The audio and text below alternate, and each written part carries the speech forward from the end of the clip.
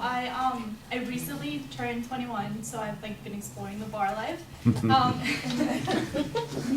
went into it's a bar called the Copper Door, and it's like a pub, I guess, and it only serves beers. I went in there and I didn't know like what beer to get because I was new to like the whole beer thing. And, like all the beers were foreign to me. They have different cups. So today I'm going to talk about the different types of beers, the styles, and the cups that come with the beers. So there are two main or most popular types of beers, and they're ales and lagers. Okay, lagers, some styles that come in lagers are pale. Pale lagers are light in color.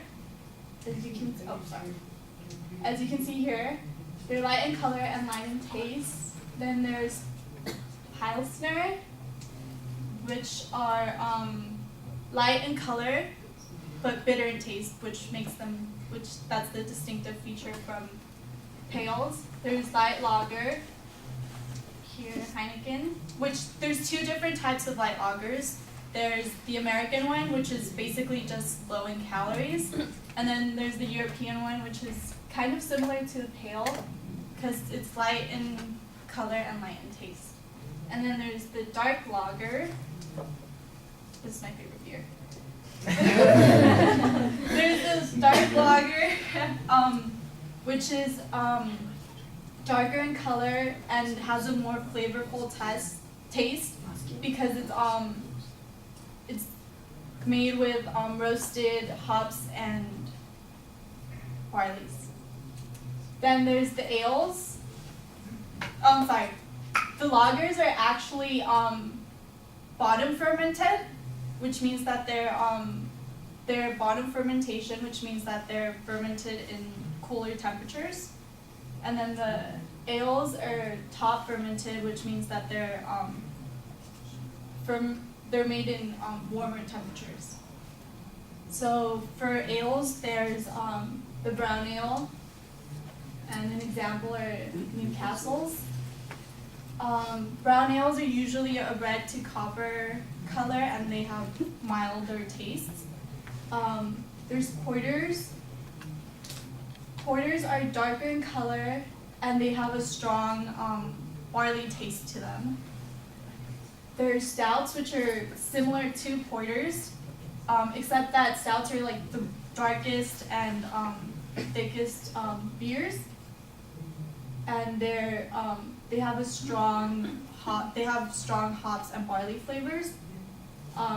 Stouts also have like this chocolate flavor. When I went to the bar, I tried a chocolate flavored beer. I thought it was the weirdest thing in the world. I didn't like it. And then the last one for ales is wheat beer or wheat beer, which is made with a lot of wheat. And the wheat beer or wheat beer, the flavors vary and it depends on the style of the beer. So then there's the beer cups.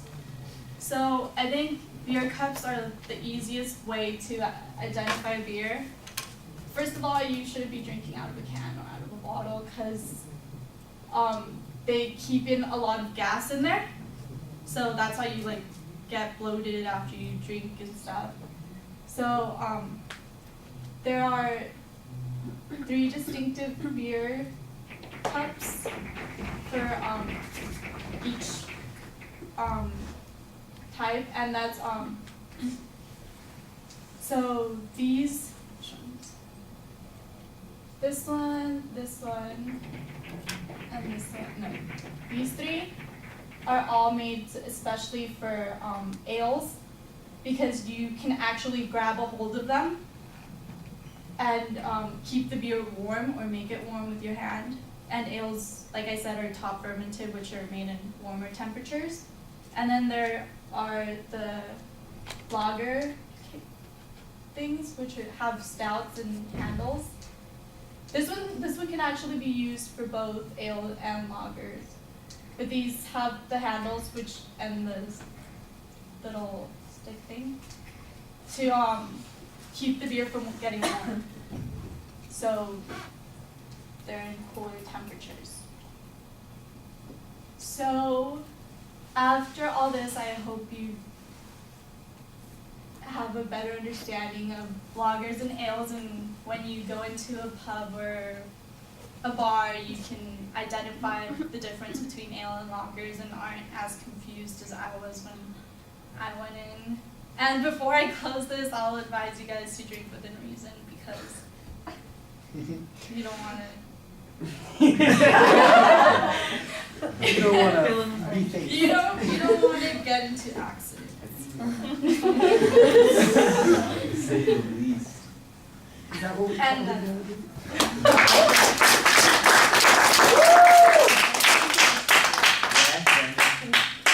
hope you're ready to start up. It's Thursday. Thirsty. I'm sure it's thirsty over there.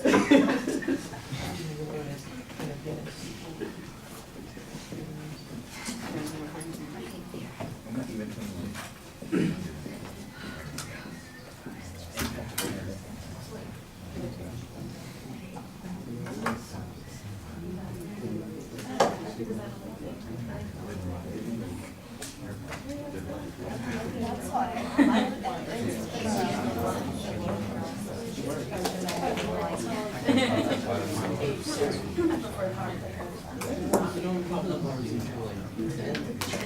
you don't work.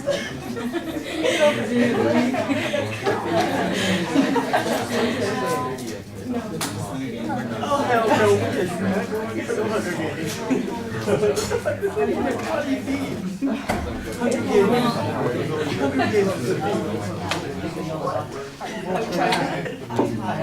All right, Brenda, I like the personal approach that you have to the I can wait.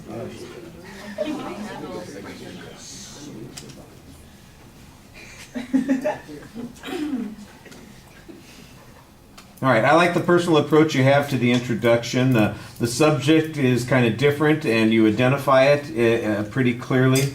There's a little bit of a preview at the beginning of the speech, so I generally know where you're headed there. Your exact goal is kind of ambiguous, but I know the topic area. I know a little bit about where you're headed. I think it could be more precise. But as you speak, I think you give us enough detail that we know kind of what it is that we're supposed to get out of the presentation.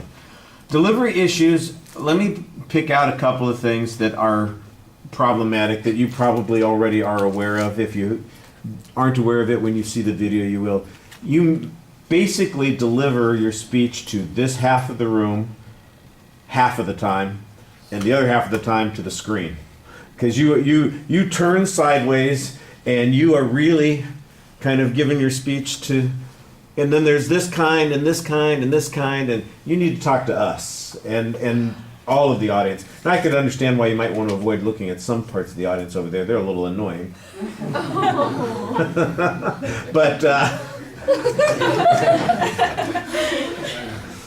the idea is that you don't want to look like you have disengaged and now you're just narrating your slideshow. You want to be the focus of attention, not the stuff on the screen. The stuff on the screen is supposed to back you up, not the other way around. And because of the way you relate to it visually, you're going the opposite direction of the way you want to go there. I wish there was not a laser pointer on the damn remote, because people get tempted to use it. You do not need the laser pointer. Everybody comes equipped with 10 pointers. There you go. It's not that far away. All you have to do is kind of indicate at the top. You could even say that at the top. There weren't that many images, and they weren't that small that you needed that. And every time you started waving that laser pointer, it was not even waving it. You're kind of holding it in your hand. Suddenly it's not about you giving the speech. It's about the technology again, and it takes you a little bit out of the presentation.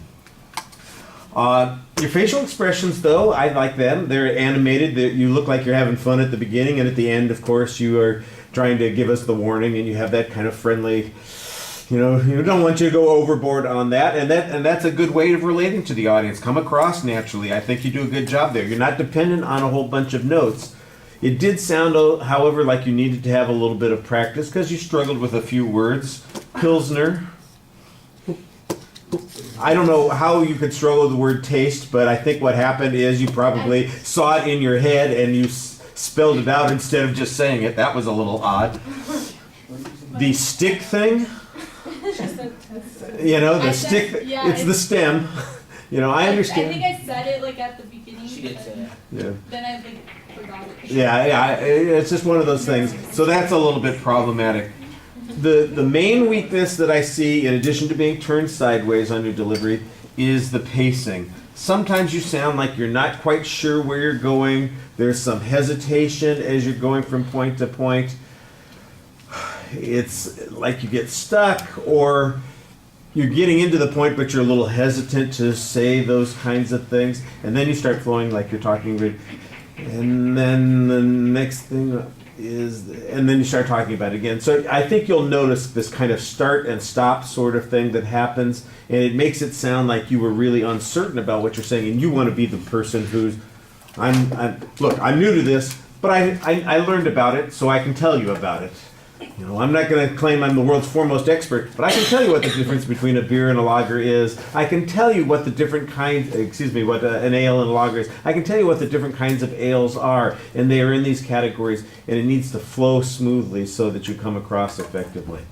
All right, thank you very much. Appreciate it.